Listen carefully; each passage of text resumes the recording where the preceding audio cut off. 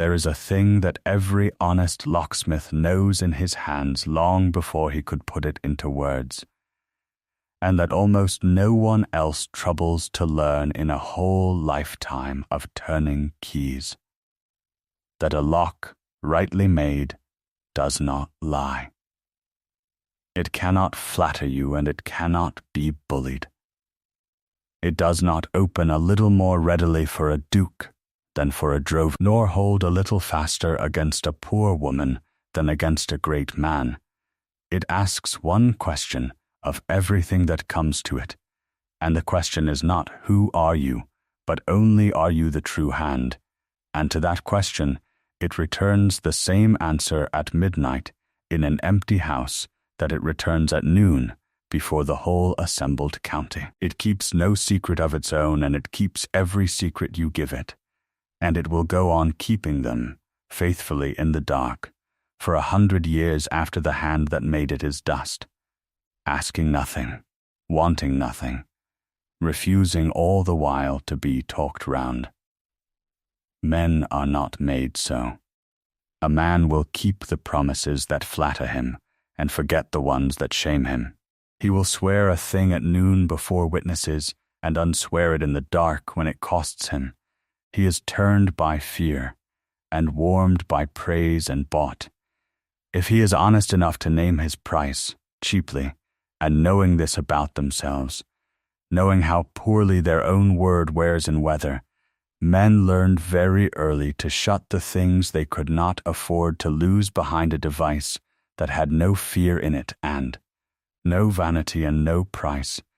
behind wards and levers of cut steel that would stand at their post through fire and flood and the long temptation of an empty night,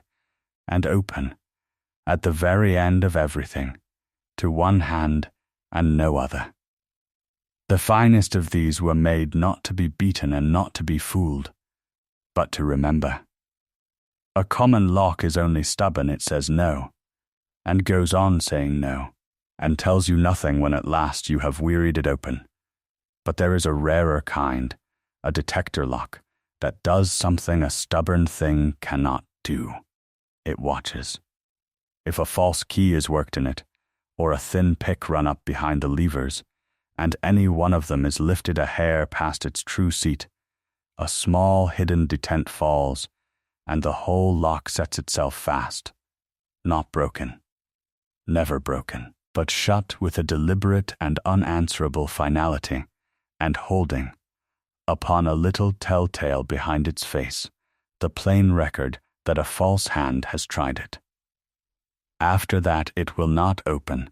not even to its own true key, until a person who knows the secret of it lays that key to the keyhole and makes a certain small motion that no thief and no stranger could ever guess, and so releases the detent and lets the faithful thing come back to its duty. Such a lock cannot be picked without confessing that it has been picked. It is the one witness in a great house that cannot be bribed and cannot be frightened and cannot be talked round, and it will testify, when the time comes, to exactly what was done to it, in the same flat voice, whether the man it testifies against is a beggar at the gate or the master of the estate. And here is the whole of what follows, set down in a single sentence, so that you may carry it with you through everything that comes after. A lock that will not open is not, on that account, a lock that has failed. It may be the only thing in the house doing its duty. The world, seeing a bolt shot fast at the worst possible hour, will cry out that the lock is broken, that the maker was a bungler, that the wretched device has ruined them all, and it is a very easy and a very comfortable thing to believe, and it lets everybody go on suspecting the low-born workman and never once the well-dressed hand that is the real cause. For it is a small matter to break a woman's name, and no great trouble to blacken a dead man's, and past all imagining hard to argue with a lock that has quietly written down the truth and is only waiting, without heat and without hurry, for one person to come who is not afraid to read it aloud. This, then, is the story of a woman who was told to her face, before the best company in that country, and a creditor come up from London with the papers in his bag, that she and her dead father between them had botched the one thing the whole estate now hung upon, who was called an impudent, meddling, overreaching creature who had got above her station and cost a duke his house, who had her wage stopped in the same breath, and her father's 45 years of faithful work, named the work of a fumbler and a fraud, and who said nothing at all. She said nothing, while a famous man from the Strand pronounced the great lock past saving. She said nothing, while the Duke of Ravensmore turned his shoulder to her before them all. She said nothing for the better part of a season, and let the county say of her whatever it found most restful to say, and went back to a cold single room over a chandler's shop and mended broken wards for a penny for anyone who brought them, and did not once, in all that time, speak the one plain sentence that would have cleared her, because she had understood, in the half-second while the famous man was still speaking, that the only witness on earth who could prove her right was the lock itself, that the lock would keep its evidence perfectly and forever, but only so long as no frightened man was allowed to take a drill to it, and that if she said the sentence now, they would drill it out within the hour, and burn the proof to save an afternoon. She said nothing, and she waited for the lock to be read in the open. Her name was Tamsin Wren, though there were people on that estate who had said good morning to her for a dozen years, and would have been hard put to it to tell you she had a Christian name at all. To the household she was the locksmith, or the keeper of the locks, or, when they were being fine, Wren, and to a great many she was simply the woman who came with the ring of keys when a door would not do as it was told. It was reckoned a low sort of office, half servant and half tradesman, fit for a clever pair of hands that need not be attached to anything a gentleman would call a mind, the way people reckon a thing low precisely in proportion to how helpless they would be without it. She had kept the locks of Ravensmore for 11 years, and her father had kept them for 45 before her, and between the two of them there was scarcely a door or a chest or a strong room in that great rambling house, whose inward workings they had not, at one time or another, held open in the palm of a hand, and understood as a mother understands the breathing of a child in the next room. She was 34. She was plain, in the finished and unarguable way of a woman who gave up early on the notion that her face would ever earn its keep, and turned the whole of her care instead onto the small exact things that would hold still and repay, looking at. She had a long, grave, quiet face, and steady brown eyes that rested on a thing, without any hurry in them, in the manner of a person accustomed to waiting for a stiff ward to give, and knowing that hurry has never once in the history of the world persuaded a lock of anything. Her hands were a workman's hands, the nails cut close, a shine of steel and oil worn into the pads of the fingers that no washing fetched out. One thumb flattened wide from 30,000 turns of a file. She was quiet in the particular way of a person who has learned, without any self-pity about it, that nothing she says will be weighed at anything near its true worth, and who has decided in consequence to spend her few words the way a careful woman spends her few shillings, slowly, and only where they will buy something that lasts. She had loved the Duke of Ravensmore for the better part of 9 years, quietly and hopelessly, and without the smallest expectation that the fact would ever be of the least use to anybody, least of all to herself. She had never said so to a living soul. She would sooner have laid her hand flat on a hot bar. It was not a thing she indulged or fed. It was only there, the way the great blue shoulder of the moor was there behind the house, a fixed feature of the country she lived in, and she had arranged her whole inward life so as never to have to look straight at it. It had begun, if a thing so long and level can be said to begin, on the night the old Duke died. For the 8th Duke of Ravensmore, Adam's father, had trusted her own father above every gentleman on his rolls, and had said so freely and often, in a way that made the gentlemen's mouths go thin. It was Elias Wren, the old Duke sent for when he could not sleep and wanted a plain man to talk to. It was Elias Wren he set to make the great detector lock for the strong room, when the last of the old family plate, and the deeds of the whole estate, and the reserve that stood between Ravensmore and its creditors were to be shut up in one place at last. And it was for Elias Wren the old Duke asked, at the very end in preference to his own chaplain, so that a curate's son, with steel under his nails, sat by a duke's deathbed and held a duke's hand while the heir stood white and stricken at the foot of it. Tamsin had been there too, a grown woman already and her father's right hand in the trade, standing back against the panelling where the shadows were, and she had watched the young man who was now the Duke learn in one night what it is to be left holding a house that is mostly debt, and a name that is mostly other men's expectations. And something in her that she never afterward could unlearn had gone out to him across that room and stayed out, and never came back. He had not seen her that night,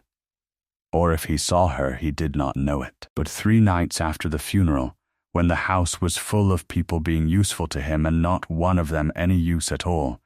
she had come down very late to see to a jammed lock on the muniment passage, and had found him sitting alone on the cold stone bench outside the sealed strong room, in the dark, with his father 4 days dead, and the whole crushing arithmetic of the estate spread out in his head where no one could help him carry it. She had not spoken. She had understood, with the plain tact of her kind, that a man in that condition wants company far more than he wants conversation, and conversation not at all. She had lit the passage lamp low and knelt down at the jammed lock she had come to mend,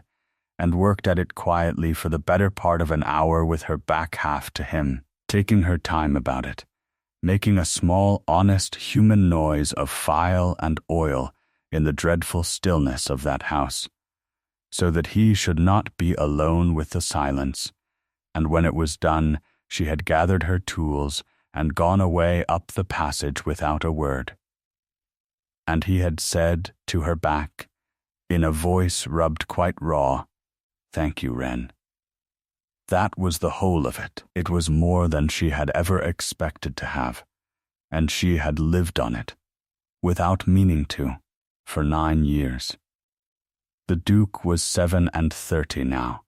and he had made himself, in those 9 years, into exactly the sort of man his ruin required. Exact, shut,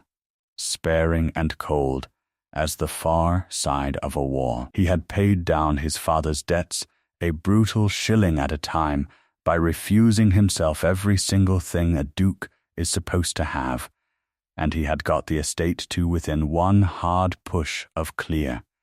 and the whole of that iron discipline had cost him his laughter and very nearly his kindness, so that the tenants respected him past anything they had felt for his open-handed, ruinous father, and loved him not at all,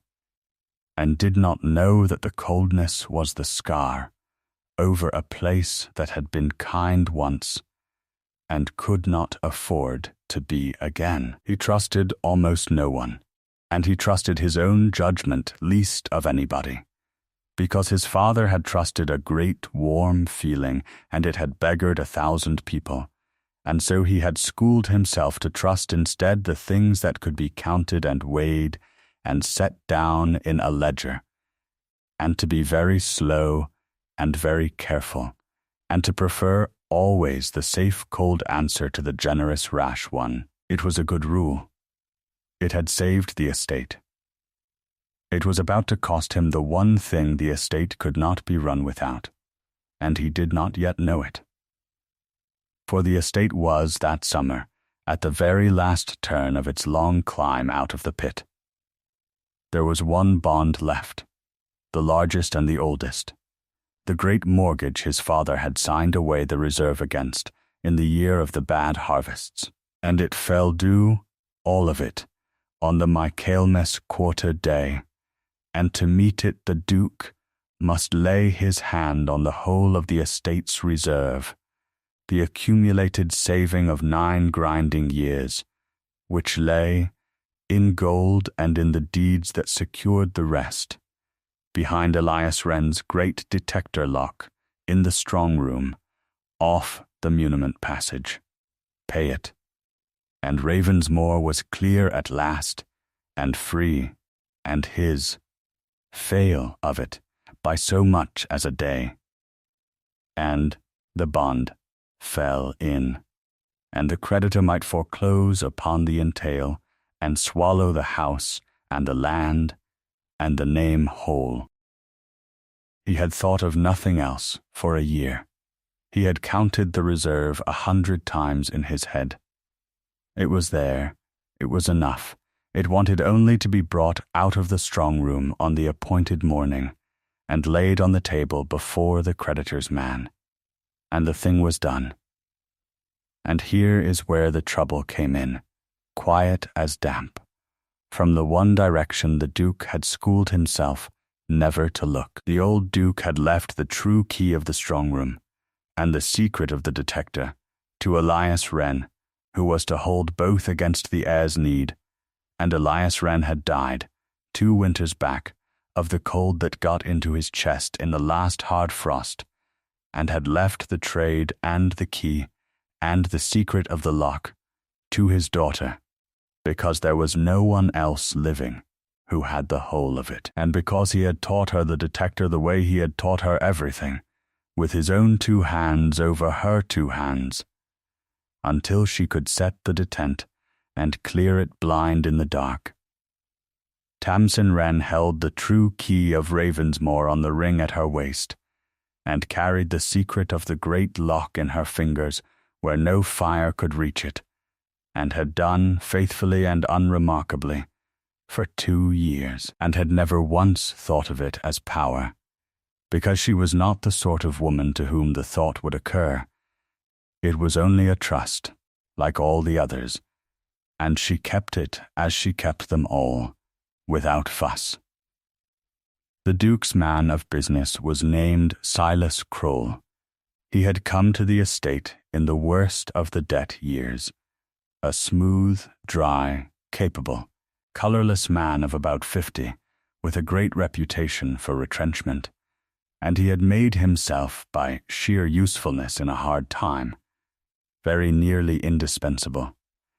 And somewhere in those years he had done the sum that a certain kind of man always comes round to doing at last, and seen that there was more to be had out of an estate that fell than out of an estate that stood. For there was a buyer waiting in the wings, a rich, hard, new-moneyed man named Kelso, who wanted Ravensmore for the shooting and the name, and who had let Kroll understand, in the sidelong way such things are let understood, that the agent who delivered the estate into his hands upon a foreclosure would find himself very handsomely and very permanently placed. All that was wanted was that the Duke should fail to meet the Michaelmas bond, and all that stood between the Duke and the reserve that would let him meet it was a lock, and the one person who could open the lock. And Silas Kroll had a long, dry summer in which to think about both. He was too careful a man to steal. Theft can be traced, and a missing reserve would have set the Duke tearing the county apart, and Kroll had no wish to be torn at. What he wanted was subtler and safer and far more cruel. He wanted the reserve to be there, plainly and provably there, and simply out of reach, shut behind a lock that could not be opened in time, so that the Duke should fail of his bond not through any man's crime that could be hung on anybody, but through the mere dumb obstinacy of a faulty old device and the incompetence of the low woman who kept it. Then the estate would fall of its own weight. No one would be to blame but a bungling dead locksmith and his meddling daughter, and Kroll would step forward, grave and regretful, and manage the sale, and be placed for life. He had studied the lock as far as a clever outsider could study it, which was not far, for Elias Wren had built better than Kroll could read, but he had learned the one thing he needed, which was that the detector, if a false key were worked in it, would set itself fast, and would not thereafter open to any hand but the maker's, by a secret the maker's daughter alone now held. And so, on a still night 3 weeks before the quarter day, Silas Kroll let himself into the muniment passage with a wax impression and a filed blank he had cut in another county, and worked his false key into the great lock of Ravensmoor, and felt the levers lift, and felt one of them lift a hair too far, and felt, with a coldness that was almost pleasure, the small, deep, certain click of the detent falling home. The strong room was shut. It would not open now to the Duke, nor to the creditor, nor to God himself, until Tamsin Wren came and laid the true key to it, and made the secret motion, and Silas Kroll had already laid his plans for seeing to it, that when that hour came, Tamsin Wren should be the last person in England anyone would let near it. The lock was found fast on the morning the reserve was to be counted, 10 days before the bond fell due. The Duke came himself, with Kroll at his elbow, and set the true key, for he kept a second true key, though not the secret, to the great lock, and turned it. And nothing turned. The bolt stood like a thing set in stone. He tried it again, and a third time, with the particular cold patience of a man refusing to be frightened, and the lock sat mute and immovable, and gave him nothing at all, and something went very quiet and very careful behind his eyes, because he had counted the reserve 100 times, but he had never once counted on not being able to get at it. They sent for Thompson. She came within the hour, and knelt to the lock, and knew what had happened before her key was halfway to the ward, because she felt, through the steel, the particular dead sullen weight of a detector that has done its work and set itself fast, and she felt the small cold place open in her own stomach, that any honest craftsman feels who understands at once both that the trouble is real and that no one is going to want to hear the truth of it. For she knew her father's lock could not fail. It could be tripped by a false hand, it could not fail. And if it was tripped, then a false key had been in it. And if a false key had been in it, then someone in that house had gone to the great lock in the dark with a filed blank. And there was only a very short list of people who could have wished to, and the head of that short list was standing at her shoulder in a good dark coat, looking down at her with an expression of grave concern. She could have cleared it there and then. She had the true key at her waist and the secret in her fingers. She could have made the motion and released the detent and opened the strong room in a minute and a half, and the reserve would have been counted, and the bond met, and Silas Kroll's whole long patient scheme undone before the morning was out. And she did not do it. She knelt there with her hand on the cold brass and did the fastest and hardest thinking of her life, and she saw the shape of the trap entire, in one piece, the way you see the whole of a mechanism the instant the last lever comes clear. And she saw that if she opened it now, at a word, easily, the very ease of it would damn her. For then they would say, Kroll would say, gently, sorrowfully, that the woman had had the strong room open in a minute the moment she chose, that plainly the lock was no lock at all in her hands, that she had had free run of the reserve these 2 years, and who was to say what was or was not still in it, once the low creature had had it open and shut again with only her own word for what she had done inside. To open it privately, at her own hand, with no witness but the guilty man beside her, was to put her own head in the noose. The detector had written down the truth. She could feel that it had, feel the telltale sitting tripped behind the face of it, but the truth it had written could only be read open, in the light, before witnesses who could see with their own eyes that a false key had been worked in it, and that hers, the true one, opened it sweet and clean at the last. Read it in a corner with only Kroll to see, and Kroll would swear black was white,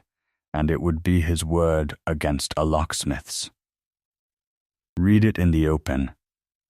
and it could not be gainsaid. So she stood up, slowly, and wiped her hands on her apron, and said the thing that began her ruin, which was the plain truth spoken plainly, and at the worst possible moment, that the lock had not failed, but had been sprung, that a false key had been in it, that it had set its detent as it was made to do, and would open now only to the maker's secret, which she held, and that before she opened it, she must ask his grace, plainly, to have witnesses by, and to let it be seen and sworn by honest men what state the lock was found in, and what had been done to it, because the manner of its finding was a graver matter than the opening of it. She said it badly, being a plain woman unused to speaking to dukes, and speaking now against her fear. And Silas Kroll, who had been waiting all summer for exactly this, took it up as smoothly as a man fielding a ball he has had his hands ready for since morning, and turned it, in 3 sentences, into her grave. For was it not remarkable, Kroll wondered aloud, his voice all gentle puzzlement, that the woman should be so very anxious about witnesses and the state of the lock, she who alone held the secret of it, she who alone could go to it in the dark and open it, and shut it, and leave no mark? Was it not a strange thing to hear a servant ask simply to open a door, begin instead to make conditions, and speak of false keys, and want honest men brought to swear to things, unless it were that she had some tangle of her own to cover? And here was the plain fact that any child could see. The reserve of the estate had been shut up behind old Wren's famous lock, and old Wren's famous lock had failed at the 1 hour it was made to hold, and old Wren's daughter, the only creature living who could open it, now stood making difficulties instead of opening it. A false key, she said. Whose false key? Where? Let her show it. She could not show it, of course. It was in Kroll's own waistcoat pocket, and it stayed there. There was no false key to be seen. There was only a fast lock, and a frightened woman full of talk, and a bond 10 days off, and a duke who had trained himself for 9 years to distrust exactly the sort of warm, improbable story that Tamsin Wren was, in her clumsy, honest way, trying to tell. And then Kroll played the card he had been keeping. He said, regretfully, almost tenderly, that he had not liked to raise it, and would not have, but that his Grace must know all, that in going through the old accounts that spring he had found matter that troubled him, that the reserve had been 3 times entered in old Wren's day at a figure that did not sit quite square with the plate that was supposed to answer to it, that he had said nothing, out of respect for the dead and the daughter both, hoping he was mistaken, but that now, with the lock failed at the crucial hour, and the daughter grown so anxious about who should be by when it was opened, he must in conscience ask whether the estate could be quite sure the reserve behind that lock was all it ought to be, and whether the anxiety to control the opening might not be an anxiety to control what was or was not found within. It was a lie built cunningly upon a true small thing, as the best lies are. The figures had been entered so because the old Duke had drawn on the reserve twice himself and sworn Elias to keep it dark, and Elias had kept it dark to his grave,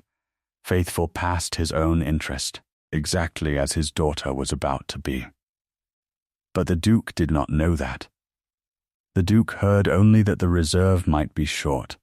and that the one person who could open the strong room was making terms about the opening, and every cold, careful rule he had built his ruined life upon rose up at once, and told him to trust nobody, and least of all the improbable, the warm, the unprovable, the story that asked him to believe a great deal on a poor woman's bare word against a plain and dreadful fact. He turned to her. She had gone very white, and very still in the way she went still over a lock that was fighting her. And he asked her the one question, the only question, and it was the wrong one, and it was wrong in exactly the way that would do the most harm. He asked her, was the lock her father's work and hers, the making and the keeping of it, the whole of it, theirs? And she said, because it was true, and because she did not yet see the trap folding shut, and because a Wren did not disown her father's work to save her own skin, she said, yes, yes, your Grace, it is his lock,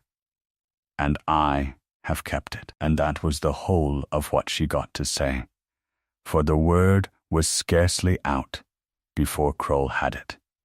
and the room had it, and the thing was decided. She had meant to say the other part, the 11 words that mattered, and I tell you it was sprung by a hand in this house. But the yes had gone out first, the honest, fatal yes, and upon that one word the Duke's cold rule closed like the detent itself. The lock was hers. By her own admission, the lock had failed. The reserve was doubtful. The woman made terms. He never asked the second question. He never asked the only question that would have saved everything: who was at the lock last, and with what key, and who profits if the bond falls. He was too frightened to ask it, because he needed in that hour for the fault to lie anywhere at all rather than in his own household. In the very year of his deliverance, he needed the guilty thing to be a broken lock and a bungling family, because those he could understand and drill through, and the other thing, the thing that was actually true, was too large and too cold to look at with the bond 10 days off. His father had believed the flattering story because he wanted it to be true. The son believed the frightening one for the exact opposite reason, and it was the same failure wearing the other coat. He turned his shoulder to her.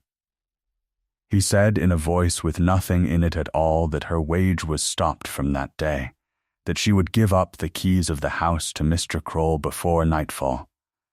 that the strong room would be opened by a proper man brought up from London, whatever it cost and whatever it took, and that she might think herself fortunate he did not set the law on the pair of them, her and her father's memory together, until it was known what had become of what ought to be behind that door. He did not raise his voice. That was the worst of it. A shout she could have forgiven, for a shout is a man in pain, but this was a man drawing a line through a name in a ledger, quiet and final and done. And Tamsin Wren stood in the cold passage, with the ring of her father's keys still warm at her waist, and looked at the back of the man she had loved for 9 years, while he told the room she was a thief's daughter and a bungler, and very likely a thief. And she said nothing. She said nothing. She unclasped the keys from her waist, every one, the great strong-room key, and the little ones for the still room, and the plate safe, and the library presses and the muniment chest, 45 years of a family's trust in cold iron, and she laid them in Silas Kroll's smooth, outstretched hand without a word, keeping back only the one thing he did not know to ask for, which was not a key at all, but a secret that lived in her fingers and could not be handed over on a ring. And she gathered her tools, and she walked out of Ravensmoor down the long avenue in the flat evening light, and she did not once look back at the house, because she knew that if she looked back she would not be able to bear it, and she had a great deal now that she was going to have to bear. For she had understood in the half-second while Kroll was still being gentle and dreadful, the whole shape of what she must do, and it was a terrible thing to have understood, because it committed her to silence and to ruin for a length of time she could not measure. The lock held the proof. The lock could not be made to lie, but the lock could be destroyed, and a frightened man with a bond 10 days off and a famous London opener at his call would destroy it without a second thought. Would have it drilled,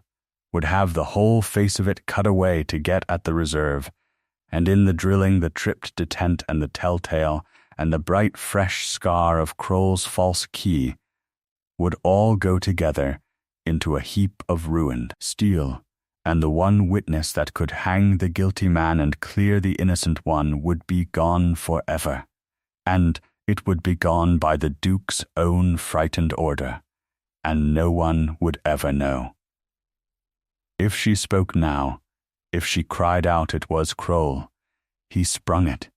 Ask him for the blank in his pocket. They would not believe her,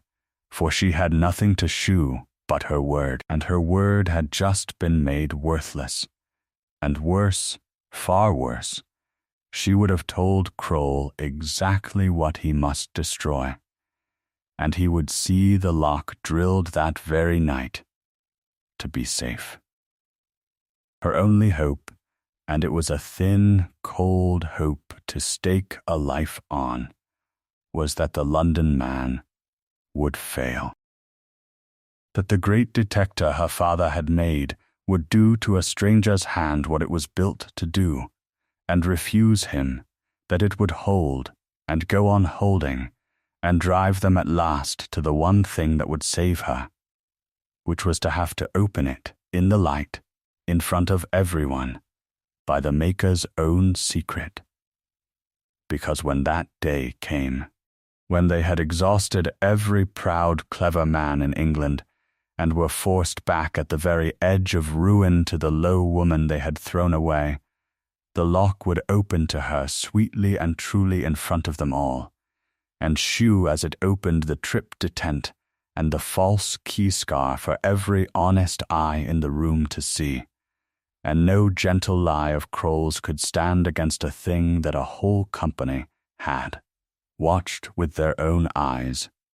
she had to lose, entirely and publicly, and stay lost, and say nothing, and wait for the lock to be read in the open. It was the hardest sum she had ever set herself, and she had set it in a half-second, and she never once, in all the weeks that followed, worked it out to a different answer. There was one night in that season of waiting that came nearer to breaking her than all the rest, and it is worth the telling, because a person's worth is not shewn by the days when the thing is easy. It was perhaps a week into her ruin, at the dead flat bottom of the night, 2 o'clock or near it by the church, that told the hours across the market square, and she lay awake in her cold single room, over the chandlers, with her father's roll of picks on the chair beside the bed, and the true key of Ravensmoor on its cord about her neck where she now wore it, always next to her skin. And the whole of the thing rose up in her at once and told her, in a voice that was very reasonable and very kind,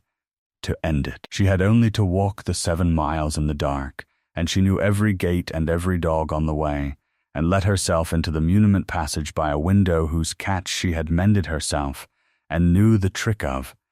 and go to the great lock, and open it, quietly, and lay the reserve out on the table with a candle beside it, and a plain note in her own hand. It was here. It was always here. Count it, and be gone again before the light, and in the morning they would find the strong room open, and the reserve whole, and her word made good, and the whole crushing weight of it would be off her, and she could stop and sleep. It was a long temptation, and a strong one, and it lay on her the better part of an hour, with its reasonable, kind voice. And she lay still under it, and let it say the whole of its say, and then she put it from her, because she had her father's cold, clear sense even in the pit of the night. And she knew that a strong room found open in the dark by nobody proves nothing, or worse than nothing, that they would say the woman had a secret way in, and had had it all along, that here was the very proof the low creature could not be trusted near the reserve, that who knew now what had been taken, that she would have spent her one witness's testimony in the dark where no honest eye could see it, and ruined herself twice over to buy a single night's sleep. The proof had to be read in the open, or it was no proof. She turned over, and drew the true key-worm off her breastbone into her closed hand, and held it, and did not go, and in the morning she got up and mended a farmer's padlock for 2pence, and said nothing, and that was the nearest she came, in the whole of it, to throwing the game away. The London man was a Mr. Fanshawe, of the Strand, a great name in the trade, a large, florid, confident person who had opened the strong rooms of banks and the plate chests of bishops, and had a way of speaking of any lock in the third person, as of a beaten adversary, before he had so much as seen it. He came down in a chaise at a cost that made the Duke's jaw set, and he looked at Elias Wren's great lock for the better part of 2 days, and it defeated him utterly, and he would never in his life admit that it had. He could not read the detector. It was of the old northern making, and Fanshawe's whole art was of a newer, showier, more southern kind, and the two did not speak the same language. He worked at it with his fine picks and his mirror and his frame, and every honest craftsman knows what happened next, for it always happens. A proud man who cannot open a lock, and cannot bear to say so, begins to blame the lock. It was botched, Fanshawe pronounced at last, wiping his hands. It was clumsily made, a piece of provincial over-cleverness that had failed as such things always failed. The detent had gone, he said grandly, of its own faulty accord. Some cheap spring perished with age, and set the thing dead beyond any opening but the drill. There was no help for it. The lock was a ruin. Old Wren, whoever he had been a bungler dressed up as a genius, and the daughter no better, and the sooner the strong room was cut open by main force, the sooner his grace might have his own again. He said all this at the Duke's own table, over the Duke's own wine, with the grave weight of the great London name behind every word of it, and it was exactly, to the letter, the story that Silas Kroll most wished the Duke to believe, and Kroll did not have to say a word to help it along, but only sit and look regretful, and let a famous man do his work for him. And the Duke believed it. Of course he believed it. It came from the right sort of mouth. It flattered his cold rule, for it made his ruin the fault of a low bungling family, and not of any failure of his own to look where he should have looked. It agreed with the dreadful plain fact of a lock that would not open. And it was said by a man in a good coat with a great reputation, which was the one kind of testimony the Duke had trained himself, above all others, to trust. He ordered the strong room drilled. He gave the order on the 6th day before the bond, and Tamsin Wren, boarding by then in her cold room over the chandler's in the market town 7 miles off, mending a farmer's broken padlock for 2pence, did not know that the whole of her long patient wager was about to be lost in an afternoon by a bit and brace, and could have done nothing if she had known. And this was the lowest point of the whole affair, though she was not there to see it. It was not the drill that saved her. It was the dowager. For the 8th Duke's widow, Adam's mother, was living still. A small, straight, formidable old woman of 76, who had spent 30 years being the wife of a man the world thought a fool, and had never once complained of it in company, and who had loved Elias Wren in the plain way a great lady may love a faithful servant, as one of the few honest things in a dishonest house. And when she heard from her own maid that they were to take a drill to Elias's lock and cut it out of the wall like a rotten tooth, she came down out of her rooms, where she mostly kept now, leaning on her stick, and stood in the muniment passage in front of the strong room door, and would not move. She said, and the household long remembered it, that Elias Wren had made that lock with his own hands for her husband, and that in 45 years neither Wren, the father nor the daughter, had ever once been found wanting in anything, not in the smallest thing, not ever, that she did not pretend to understand locks, but that she understood people, which was a harder study and one his grace had neglected, and that before she would see her husband's lock destroyed on the word of a loud man from London who had been in the house 3 days, and a servant thrown off on the word of the same, she would like to know why.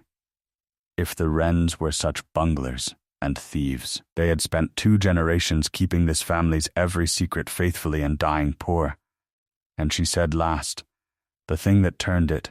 that there was one person alive who could open that door without a drill. Everyone knew it. And that his grace proposed to cut the lock to pieces sooner than send 7 miles for her and ask, and that she wondered whether it was the lock he was afraid of, or the asking. The Duke did not answer his mother, but he stopped the drill. He stopped it, he told himself, only because destroying the lock before the bond was met left him no better off if the reserve behind it should indeed prove short. Better to have the woman open it and be answerable for what was found than to cut it open himself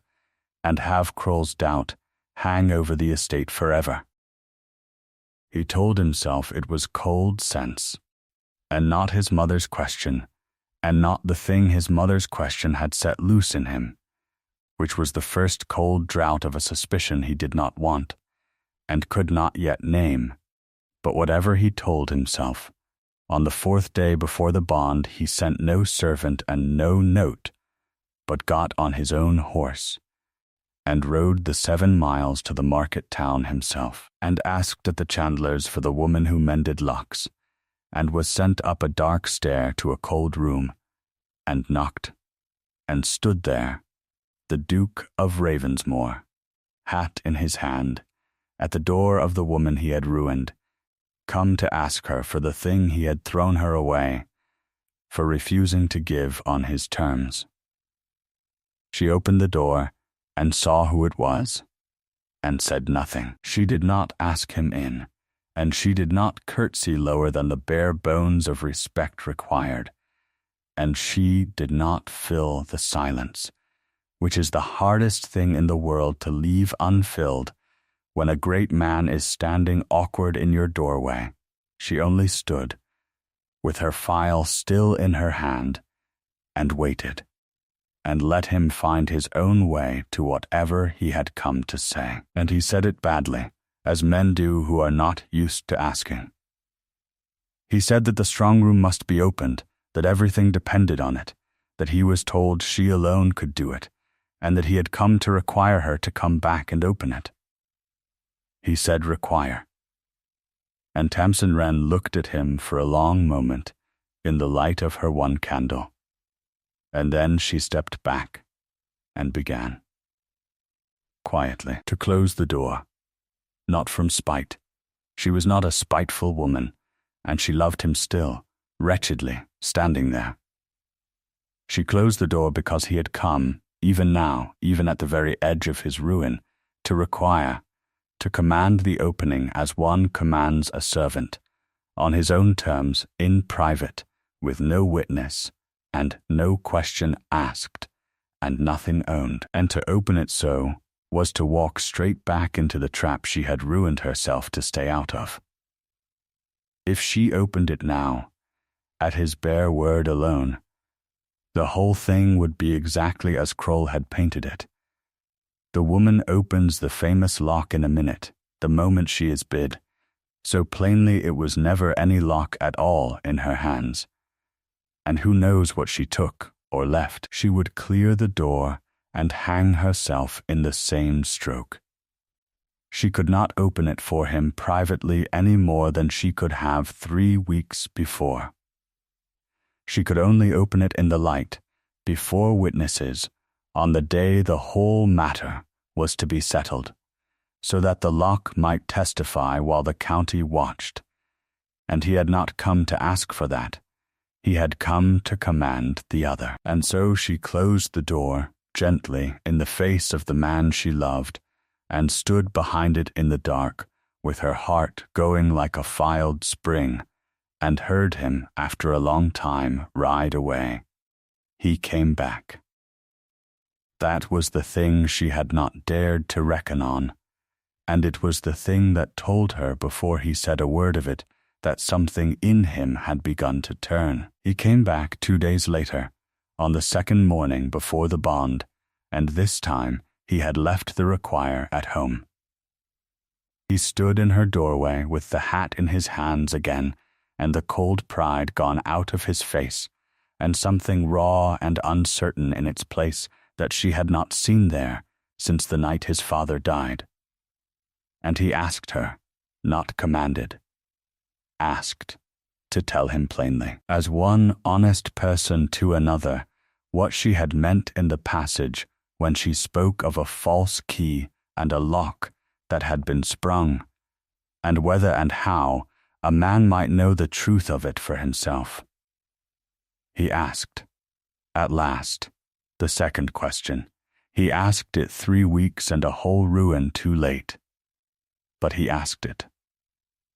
And she never told him. That was the shape of the thing, and it was her father's shape, laid into her along with everything else, that a truth you are told you may always doubt, but a truth you find with your own hands you can never again unknow. She did not stand in her cold doorway and pour out the story of Kroll and the filed blank and the tripped detent, though it was all burning in her to be said. For if she told it, it was still only her word, the discredited word of a thrown-off servant against a trusted agent and a famous man, and he might believe her in the warmth of the doorway and doubt her again by the time he was home. Instead, she put on her shawl and took up her father's roll of picks and the true key that had never left her, and she said only that she would not tell him anything, but that if he would carry a good lantern and ask no questions and do exactly as she bid, she would let the lock tell him itself. And they rode back to Ravensmoor together in the grey of the morning, the Duke and the woman he had ruined, and she took him down to the cold muniment passage where the great strong-room door stood shut, and she made him find it out for himself, in her father's own deliberate order, the order that proves and does not merely assert. She did not touch the lock first, she made him touch it.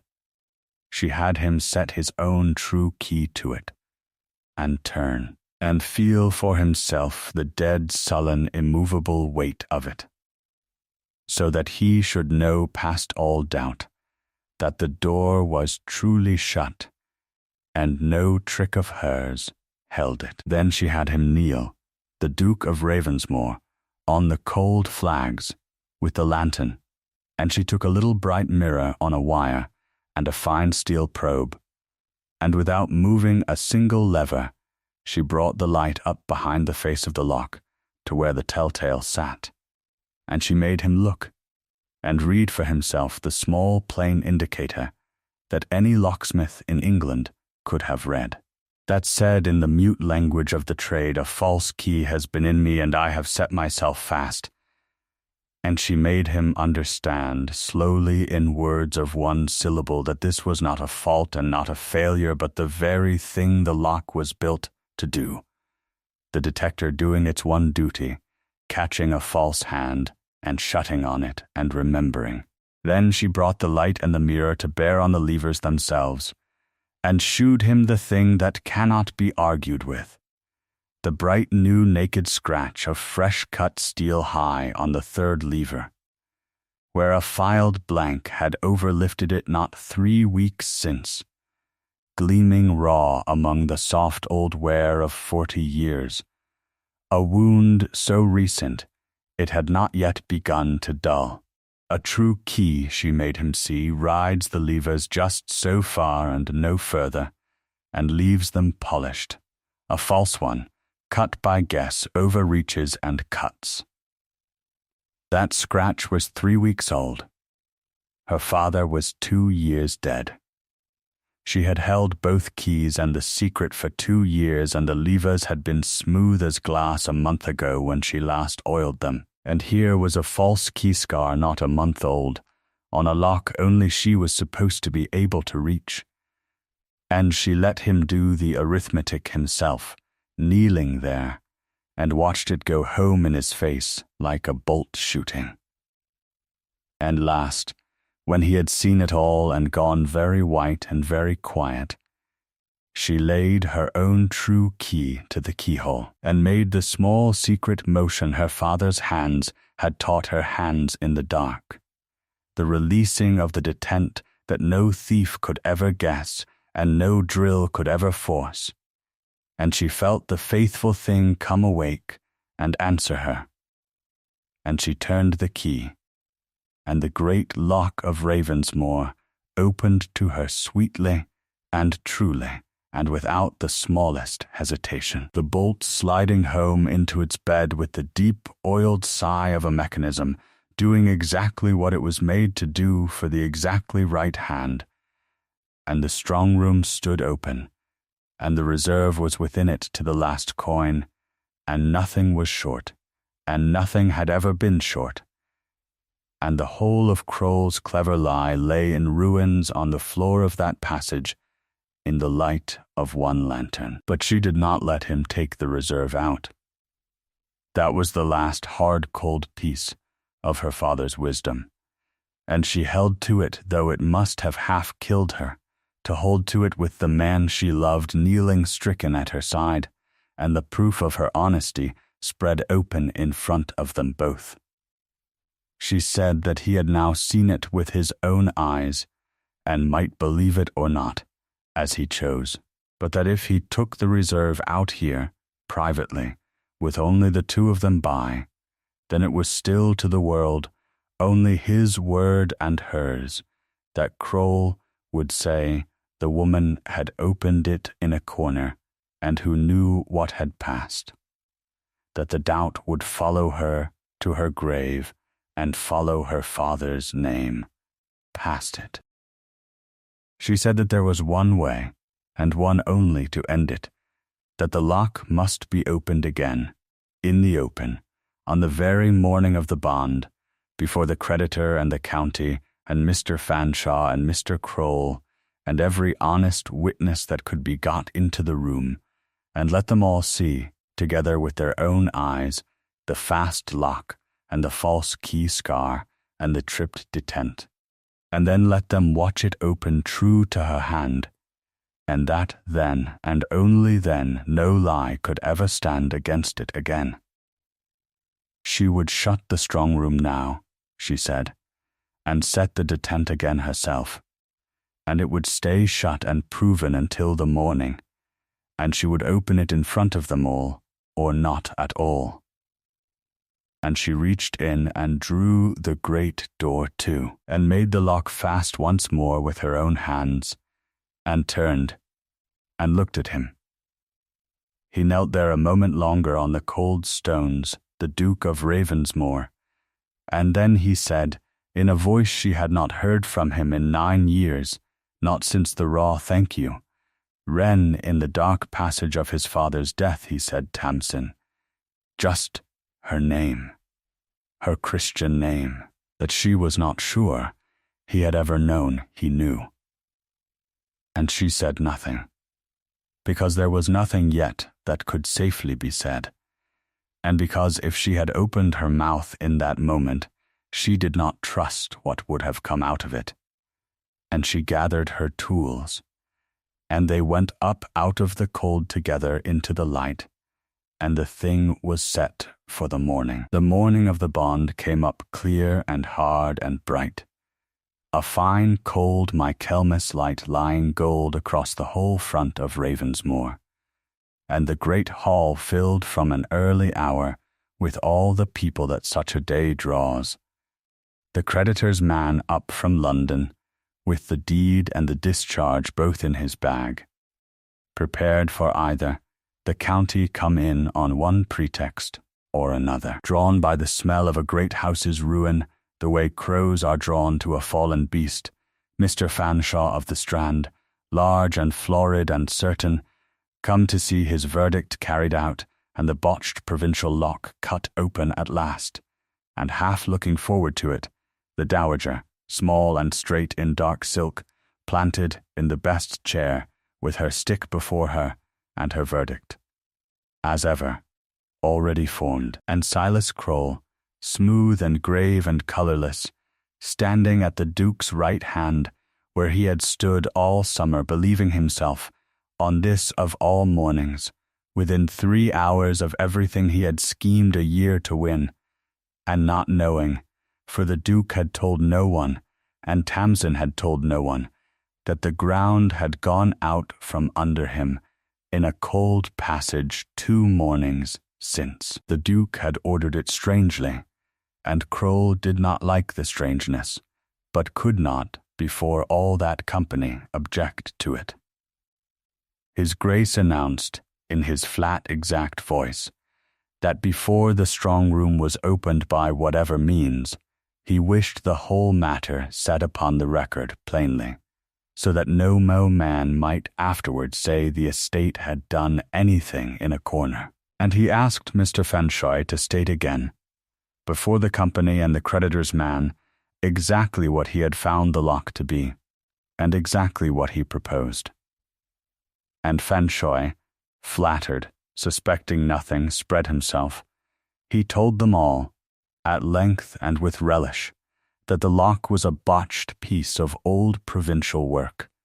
that its detent had perished and set it dead of its own faulty accord, that no false key or foul play was in the case at all, for the thing had simply failed as such clumsy old mechanisms always failed,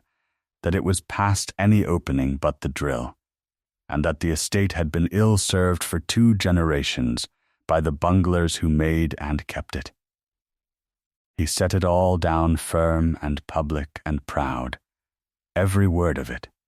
exactly as Kroll had prayed he would, sealing with the great London name the very lie the whole plot rested on. And when he had quite finished, and the creditor's man had written it down, the Duke thanked him gravely, and asked Mr. Kroll, was that his understanding also, that there had been no foul play, no false hand, nothing but an old lock failed of itself, and Kroll, seeing nothing else to say, and no reason yet to fear, agreed that it was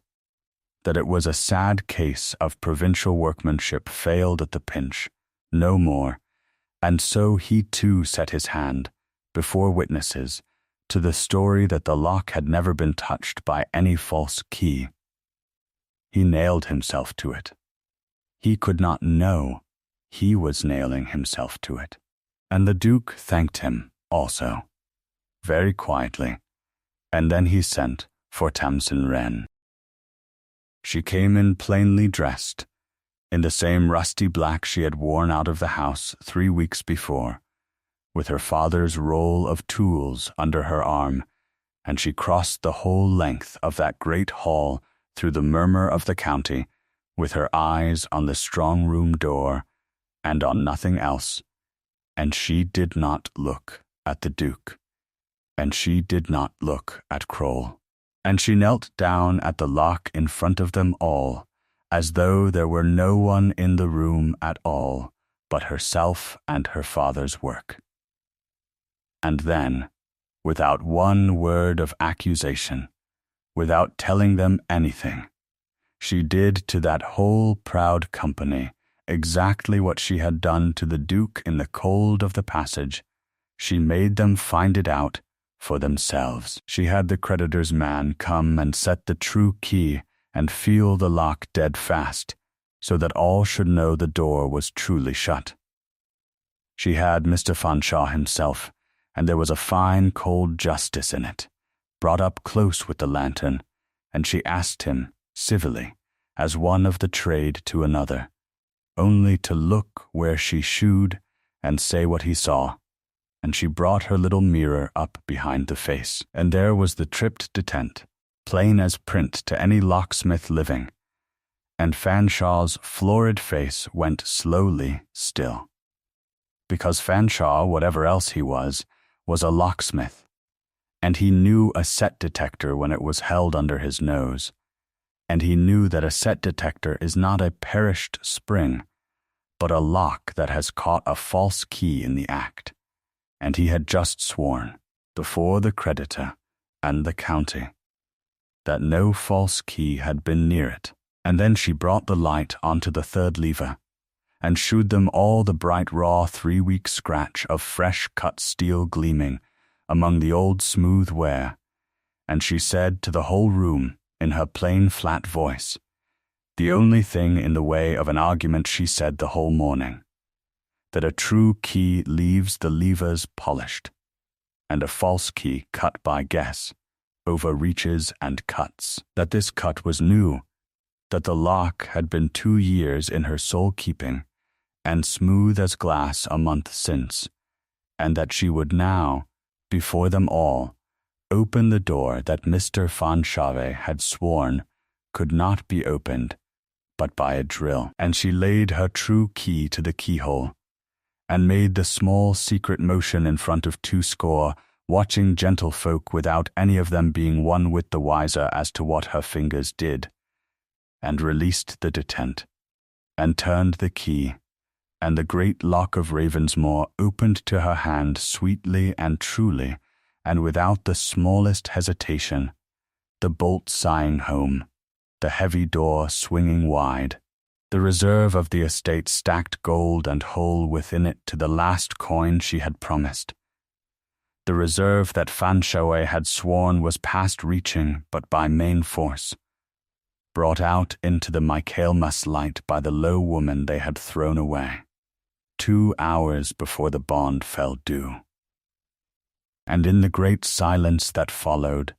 the Duke of Ravensmore did not raise his voice. He did what his whole cold 9 years had made him fit at last to do. He closed it in 4 sentences, before them all. He said that the lock they had all just seen open sweetly had, by Mr. Fanshai's own sworn word and Mr. Kroll's, been past any opening but the drill, and had never been touched by a false key, and yet here it stood, open and here upon its 3rd lever, for any man to come and see, was the fresh scar of a false key not a month old. He said that only 2 keys and 1 secret opened that door, and that the woman who held all 3 had been 3 weeks thrown out of the house when the scar was cut, so that the false hand was another's,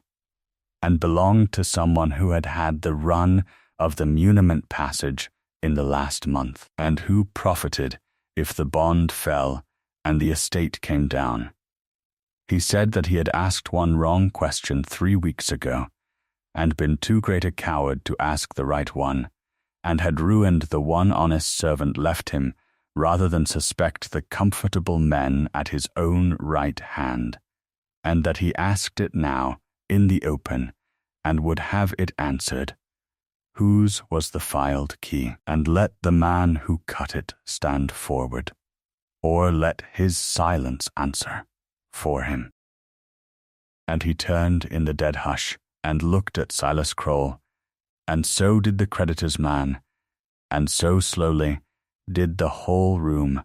and Kroll, who had nailed himself not an hour since to the sworn public lie that no false key had ever been near the lock, stood there with the lock hanging open behind him, giving that lie the flat contradiction of a thing every eye in the room had watched, and had no word to say that would not sink him deeper. And his colourless face at last showed its colour, and that was the whole of his answer, and everyone in the hall read it. It came apart quickly after that, as such things do once the one load-bearing lie is pulled. The filed blank was found where a frightened man had hidden it in his own rooms rather than risk carrying it, for Kroll had been too clever to throw away the thing that could hang him, and not clever enough to be rid of it, and the buyer Kelso's letters were found with it, promising the agent his place upon a foreclosure, in words that wanted no interpreting. And Silas Kroll left Ravensmore that same day between 2 constables and the county, which had been so very sure a fortnight since that the meddling locksmith woman was a bungler and a thief's daughter, was now every bit as sure it had always thought Mr. Kroll a sly one, and had said so, it now remembered, from the first. The reserve was counted out whole upon the great table before the creditor's man, and the bond was met with 2 hours to spare, and the discharge came out of the London bag instead of the deed of foreclosure, and Ravensmore was clear at the very last turn and free, and the Duke's, exactly as 9 grinding years had promised it should be, saved in the final hour, not by any of the clever proud men he had trusted, but by the one plain faithful woman he had thrown away, for telling him a truth he had been too frightened to hear. He did not get her cheaply. That is the part worth staying for, and it is the part the fine morning of vindication did not of itself settle when it was all over, and the hall empty, and the reserve back behind the great lock, with Tamson's own hand once more upon the keys. The Duke of Ravensmore came to her, without his coldness, and without his pride, and without, for once, the smallest idea of how to begin, and tried to make it right the only way a man of his sort knows to try, which is to give. He gave, and gave handsomely. He cleared Elias Wren's name in the same public breath as he had cleared his daughter's, and had it entered on the estate's own rolls that the Wrens, father and daughter, had kept faith with Ravensmore for 45 years and been ill repaid. He offered Tamsin the keepership of every lock in the house for her life, at a wage that would have made her father blink. And then, awkwardly and going red as a boy, and plainly having no notion in the world how such a thing was done, he offered her a very great deal more than a keepership. And he offered it, at first, in exactly the wrong way, as a setting right, as a debt discharged, as the sort of grand amends a duke makes to a servant he has wronged. And she said no. Not to all of it. She took the keepership, and she took her father's cleared name and held it against her the way another woman holds a jewel, for it was the only jewel she had ever wanted. But to the rest, to the great amends, she said no, quietly, and she told him why, in more words than she had spoken to him in the whole 9 years together, because this once it mattered that he should understand, and not merely obey. She said that she had loved him a long time, longer than he would like to know, and that she would not have him say she had not, for she was done, after this summer, with letting comfortable lies stand for want of the courage to speak, but that she would not be a debt he paid, nor a wrong he set right, nor a thing he did, because his conscience could not sleep otherwise. She said that he had ruined her on a great man's word and a false plain fact, and had not asked the one question that would have saved her, because he had trusted everything in the world sooner than trust the quiet, honest thing in front of him, and that this was the very fault that had nearly brought his house down, and that no marriage would mend it, and that she would not tie herself for life to a man who had yet to learn the one lesson her whole life had been about, that you must doubt the hand and not the lock, that you must go behind the flattering answer and the frightening fact alike, and ask, patiently, on your knees if need be, whether the low despised improbable thing might not, after all, be the one thing in the room telling you the truth. She said she would keep his locks, gladly, and be near him, and let him see her every day, and that if, in the seeing, he learned to be contradicted by her without flinching,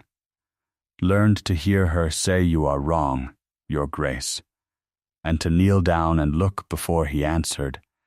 then he might ask her again, in a year, or in 2, not as amends but as a man asks a woman, and that she would give him then an answer he had not yet earned the right to hear. And she took up her keys and clasped them again at her waist where they belonged, and left him standing in his own great hall to begin the long, slow, unfamiliar work of deserving her. He learned it. It took him the better part of 2 years, and it did not come easily to a man made of iron and cold rules, but he learned it, contradiction by contradiction, in 100 small daily lessons, most of them delivered by a plain, quiet woman with steel under her nails, who would look up from a lock she was mending and tell him, without heat and without fear, that he was wrong about a tenant or a drain or a debt, and be right, and he learned to stop, and to kneel down in the figure of the thing, and look before he answered, and the coldness that had been the scar over his kindness wore slowly away. Because a man who is no longer so afraid of being ruined by a warm, untrue thing can afford at last to be warm, and the tenants who had respected him and not loved him began, without quite knowing why, to love him after all. And at the end of the 2 years he asked her again, in the muniment passage where it had all begun, standing where his father had died, and where she had once sat mending a lock in the dark to keep a grieving young man company. And he asked her as a man asks a woman, and not as a duke rights a wrong, and she gave him the answer she had kept for him, and it was yes. They were a long time married, and it was, by every account that has come down, an uncommonly happy marriage, of the quiet, durable sort that the loud world never troubles to write down, and she kept the locks of Ravensmore to the end of her days, would keep them though she was a duchess,